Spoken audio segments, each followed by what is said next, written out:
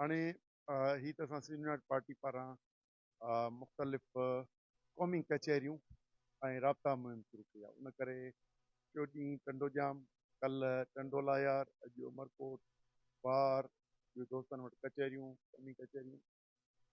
राय मां ठाहियूं त मुल्क में मजमूई तौर ते जेको निज़ाम आहे उहो आइन जे टकराव में जेके क़दम खणनि पिया फेडरल सिस्टम जे टकराव में आइन साज़ी कनि, अहिड़ा एक्ट पिया पास कनि जंहिंमें इनफरादी माण्हुनि जा ग़ैर महफ़ूज़ थींदो पियो वञे, जेके गिरफ़्तारियुनि जा ऐं ॿिया पिया थियनि, सियासी कैदी ते क्रिमिनल ऐं ॿिया दहशतगर्दी जा सवें केस थी विया आहिनि।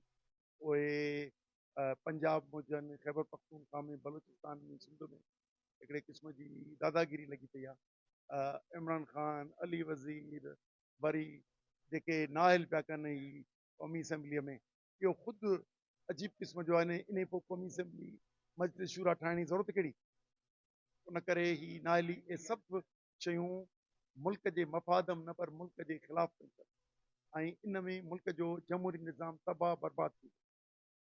ॿ, एलामियो जेको 1 अगस्त ते जारी थियो, तहरीक तहफ़ुज़ आइन पाकिस्तान, उन में SIFC खे वापसि करणु, स्पेशल इन्वेस्टमेंट फैसिलिटेशन काउंसिल खे आइन सां मुतसादिम सम्झंदे वापसि करणु, पाणीअ जो बहिकरा 91 जे अकॉर्ड जे अंदरि उनखे इंडस रिवर सिस्टम खे हलाइणु, मिनरल्स ते जेके ऑल पाकिस्तान जेके सूबनि मां जेके करारदातूं या बिल्स पास करण जी था कनि उनखे न करणु, इहे सभु मामला ऐं ज़मीनूं जेके असांखे ग्रीन पाकिस्तान इनिशिएटिव में कैनालनि जे ज़रिए, कैनाल पहिरीं जे ज़रिए आबाद करणियूं हुयूं, जॾहिं कैनालनि जूं स्कीमूं रुकिजी वियूं आहिनि त उन्हनि खे वापसि कराइणु।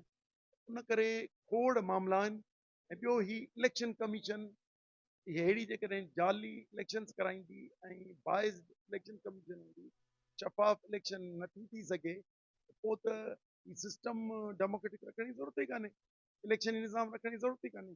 उन करे इन खे ख़तमु करे साफ़ शफ़ाफ़ इलेक्शन कराइणु इहो असांजो कमु आहे। उन करे इनशाला तव्हां जीअं सुवालु कयो, सिंध सतह ते ज़मीनुनि जी वापसी ऐं पाणीअ जी स्कीमूं जेके आईंदा मुमकिन आहे ठहण जा अंदेशा आहिनि, जीअं चनाब डैम लाइ IMF खां पैसा घुरिया आहिनि असांजे फेडरल गवर्नमेंट, असां सम्झूं था त जॾहिं चोलिस्तान जी स्कीम रुकी पई आहे त पैसा छो पिया घुरिजनि। सिंध सतह ते ज़मीनुनि ऐं पाणीअ ते लॉयर सां गॾु पंहिंजनि इतादियुनि सां गॾु मूवमेंट कंदासूं, ऐं मुल्की सतह ते तहरीक तहफ़ुज़ आइन पाकिस्तान जे चार्टर लाइ इनशाला जल्द सभिनी सूबनि में राब्ता मुहिम थींदी, गिलगित बल्तिस्तान में थींदी ऐं चइनी सूबनि थींदी, ऐं उनजे पुरम सियासी जिदोजहद कंदासूं। ऐं हथरादू ठाहियल ही कंपनी सरकार जो हथरादू ठाहियल जाली इलेक्शन जे ज़रिए नाजाइज़ क़ौमी असेंबली, सेनेट ऐं ही जेका पपिट पाकिस्तान पीपुल्स पार्टी जी हुकुमरानी सिंध में आई आहे, जेका सिंध जा टपड़ लिखी ॾेई रही आहे, इन सॼे खे ड्राहे ऐं नए सिर शफ़ाफ़ इलेक्शन थियनि, मुल्क तॾहिं सही रस्ते ते थींदो। जेकॾहिं ईअं न कंदा त मुल्क में इंतिशार थींदो जेको मुल्क जी सलामती लाइ नुक़सानकारक। हुर जमात जो मोअज़्ज़िज़ फंक्शनल मुस्लिम लीग जो मरकज़ी अगवान मेंबर सिंध कौंसिल नवाब मीर ज़फ़रुल्लाह ख़ान टालपुर खे सालगिरह जो लख लख मुबारकूं हुजनि।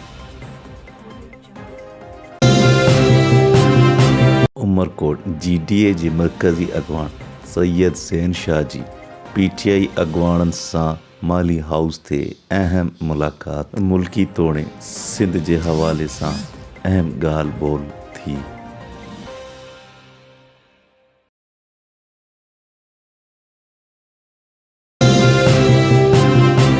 हज़रत पीर साईं शाह मर्दा शाह सानी आला हज़रत पीर साईं पागारा छटतणी बादशाह जन जो उर्स मुबारक जमात ॻोठ मां जमियत उलमाए सिकंदरिया में तरफ़ां मल्हायो वियो।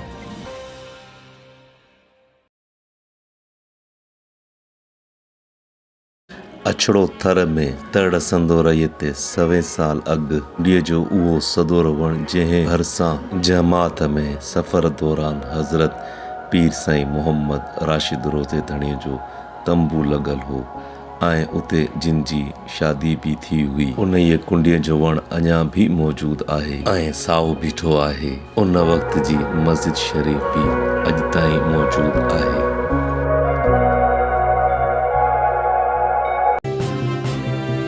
GDA-MPA गुलाम दस्तगीर राजड़ मोहम्मद मुबीन दर्स डॉन न्यूज़ जे रिपोर्टर ख़ावर हुसैन जे पोइरनि सां ताज़ियत कंदे हिक यादगिरी होरनि जो रूहानी पेशवा पीर साईं शाह मर्दां शाह पीर साहब पागारो सरवरी जमात जो सरबराह मखदूम तालिबुल मौला कीअं था मिलनि।